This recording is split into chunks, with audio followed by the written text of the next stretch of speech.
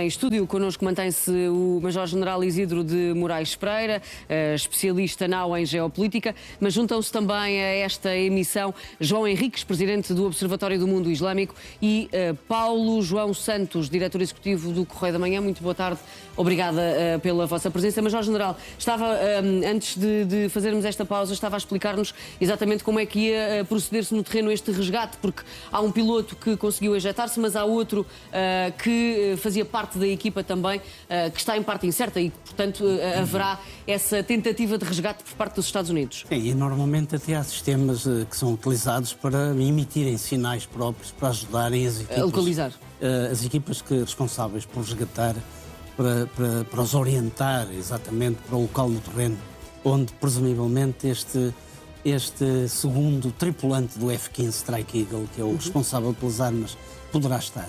Tínhamos terminado há bocado a conversa com uma imagem de um Black Hawk que possivelmente poderá ter também sido abatido. Ainda não há confirmação, mas se assim for, teremos uma operação de busca e salvamento, presumivelmente na mesma região, porque se os Black Hawks e o próprio C-130, o número que não sabemos agora de aviões de ataque ao solo A-10, estão a ser intensivamente utilizados, portanto temos esta parafernália. Agora o Francisco Penin veio-nos dizer algo que eu sinceramente já presumia, que Israel, que tem elementos no terreno, porque Israel tem em permanência elementos da Mossad. Em todo o lado, não é? Em todo o lado. E tem elementos especialmente treinados também para conduzir este tipo de operações. Portanto, há aqui um esforço muito grande para recuperar os tripulantes de uma ou, eventualmente, duas aeronaves. Relativamente ao resgate, à operação. À operação de resgate e mais concretamente, à oferta de $50 mil por cada um deles. Quer dizer, é normal acontecer este tipo de coisas. O que não é normal é dizer disparem se os virem. Quer dizer, vamos lá ver, para já é um crime de guerra. O primeiro aspecto que é preciso registrar é mais um. Também é mais um entre muitos, não é? De qualquer maneira, é evidente que o valor do piloto ou do responsável pelos sistemas de armas e, eventualmente, outros militares que poderão fazer parte da suposta tripulação do Black Hawk têm muito mais valor vivos do que propriamente mortos. Se estiverem mortos, o problema para Donald Trump e para os Estados Unidos é um problema que está solucionado. Exatamente. Agora, se houver reféns vivos, vai haver um clamor, certamente, na sociedade norte-americana, no sentido de forçar o executivo norte-americano a negociar com o Irão, no mínimo, para conseguir resgatar estes cidadãos norte-americanos. Portanto, parece-me que estrategicamente é uma asneira, é uma grande asneira, solicitar à população e às milícias fazis ou eventualmente aos combatentes do Corpo da Guarda Revolucionária Islâmica para abaterem liminarmente se os virem. Não me parece credível que isso venha a acontecer, até me parece um completo contrassenso. Exatamente. Portanto, o Irão não querá deixar de aproveitar, porque estes homens vivos têm muitíssimo valor no contexto deste guerra. conflito. E é exatamente isso, Paulo. São um trunfo de guerra, não é? Na realidade, é a única coisa que o Irão, nesta altura, poderá ter para confrontar Donald Trump. Plenamente de acordo com o que disse aqui o nosso convidado. De facto, é um trunfo valiosíssimo. O Irão, neste momento, tem um grande trunfo, que é o Estreito de Hormuz. Que é o principal trunfo. Já o tinha, que é a grande arma desta guerra. Sim. E agora este tem aqui mais um trunfo que, no fundo, lhe veio parar às mãos. Mas mostra também, não sei se estão de acordo comigo ou não, mostra também que o Irão continua com uma capacidade, apesar de ter passado já mais de um mês de guerra, com uma capacidade de fazer este tipo de operações. Ou seja, aquilo que se esperava era que, em termos de arsenal, o Irão já não estivesse com o seu potencial todo e, pelos vistos, ainda tem arsenal que assusta e que consegue, digamos assim, travar este tipo de operações. Francisco Penin, mantens-te sempre alerta connosco para nos ires atualizando sobre todas posso dar uma chega sobre isto? Claro. Bom, este assunto é um assunto importantíssimo. Nós fomos levados a acreditar que o Irão estava mais, digamos, mais destruído, exatamente, mais depauperado, mais desfalcado na sua capacidade bélica fundamentalmente porque os principais responsáveis pelo executivo norte-americano assim o diziam. E continua a dizer. E continua a dizer, é A verdade. começar por Donald Trump, Sim. Pete Hegseth, o próprio Marco Rubio. Só que hoje há notícias da imprensa, naturalmente, da imprensa credível, que dizem que os serviços de informações norte-americanos, e são muitos, as agências, são unânimes em dizer que afinal não é 90% nem 70%. Aquilo que se prevê e aquilo que é factual, aquilo que é admissível, aquilo que os técnicos dizem, é que só é 50%.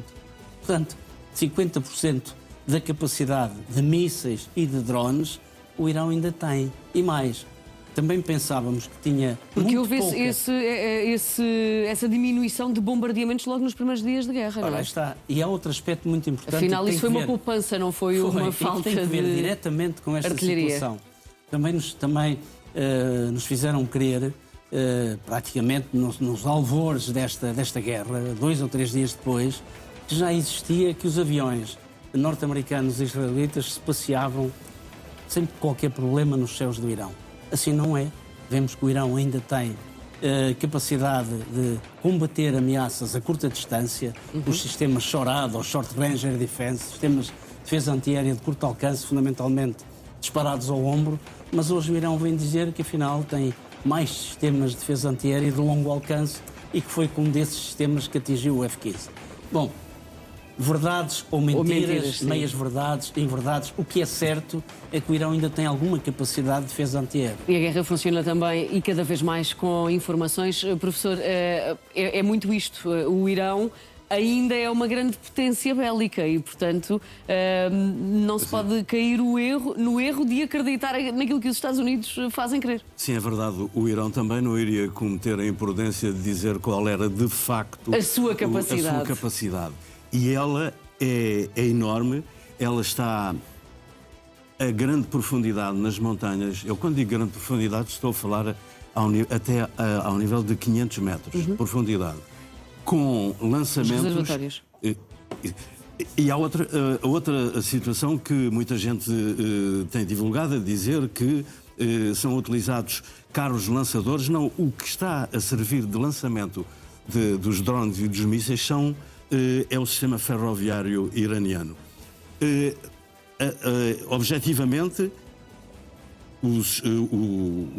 a República Islâmica do Irão não tem força aérea, ela está completamente obliterada. Destruída, exatamente como Mas diz também. tem um outro sistema de defesa antiaérea, que são exatamente os drones e os mísseis. Eles estão, e este exemplo agora do F-15, se for o F-15 ou o F-35, a verdade é a materialização dessa capacidade de resposta para os atacantes que surgem pela via aérea. Portanto, ele não...